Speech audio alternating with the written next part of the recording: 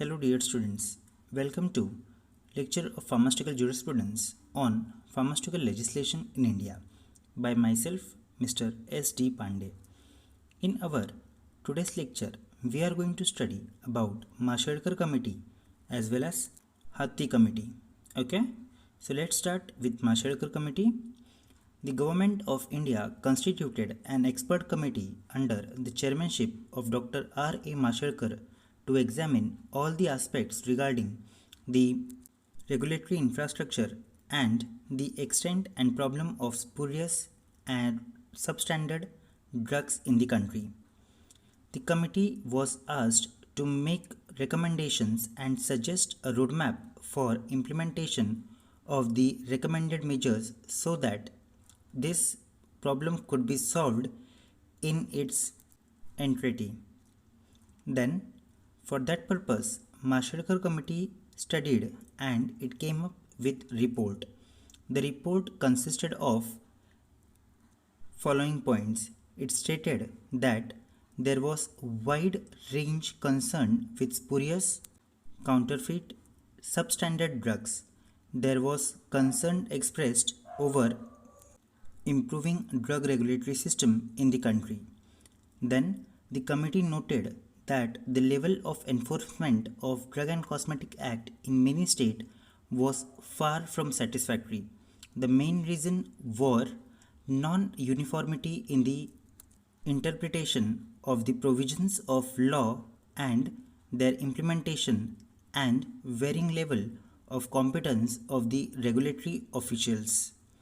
Then it was essential to strengthen the existing organization to enable them to undertake all the function envisaged for National Drug Authority. A strong, well-equipped and professional managed Central Drug Standard Control Organization, that is CDS-CO, which could be given the status of Central Drug Administration, that is CDA, was the important or most appropriate solution. Then he also recommended that there is need to make distinct provision in the Drug and Cosmetic Act itself declaring all offences related to spurious drug as cognizable and non-bailable. The committee suggested that the industry and trade association should play a more active and collaborative role as has recently been done by Indian Pharmaceutical Alliance, that is IPA, to arrest the menace of spurious drug in the country. Specific recommendation concerning the way ahead have been made in the interim report. Then, moving towards Hathi Committee. So, Government of India constituted a committee on 8th February 1974 consisting of 15 members under the chairmanship of Mr.